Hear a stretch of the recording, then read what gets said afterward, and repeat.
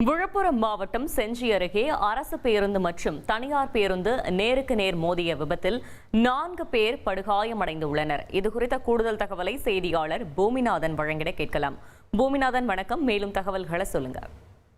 வணக்கம். விழுப்புரம் மாவட்டம் செஞ்சி அடுத்த வல்லம் கூட்டுரோட்டு பகுதியில் பொள்ளாச்சி பகுதியிலிருந்து சென்னை நோக்கி சென்ற அரசு பேருந்தும், அதே போன்று சென்னையிலிருந்து திருவண்ணாமலை நோக்கி சென்ற பேருந்தும் அந்த வல்லம் பகுதியில் நேருக்கு நேர் மோதிக்கொண்ட விபத்தில் 4 பேர் படுகாயமடைந்தனர். இந்த 4 பேரும் செஞ்சி அரசு மருத்துவமனையில் சிகிச்சை பெற்று வருகின்றனர். மேலும் அந்த பேருந்தில் 80க்கும் மேற்பட்டோர் பயணம் செய்த நிலையில் அதிர்ஷ்டவசமாக அனைவரும் காயமின்றி உயிர் தப்பினர். மேலும் விபத்து குறித்து, இந்த விபத்துக்கு உண்டான காரணம் அந்த சொகுசு பேருந்தின் கட்டுப்பாடு. அதாவது நேற்று காலை முதலே செஞ்சி பகுதி, அது சுற்று வட்டார பகுதியில் மழை பெய்து வந்த நிலையில் சாலையில் ஈரப்பதமாக இருந்ததாகவும், அதே போன்று இந்த அரசு பேருந்து சொகுசு பேருந்தானது அதிவேகமாக வந்ததாகவும், கட்டுப்பாட்டை இழந்து எதிரே வந்த பேருந்து மீது மோதியது விபத்தா இல்ல வேற எதனா விபத்தா என போலீசார் விசாரணை மேற்கொண்டனர்.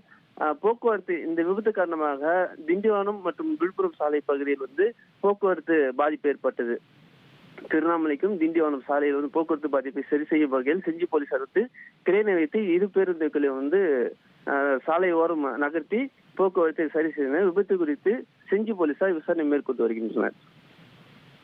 தகவல்களுக்கு நன்றி பூமிநாதன்.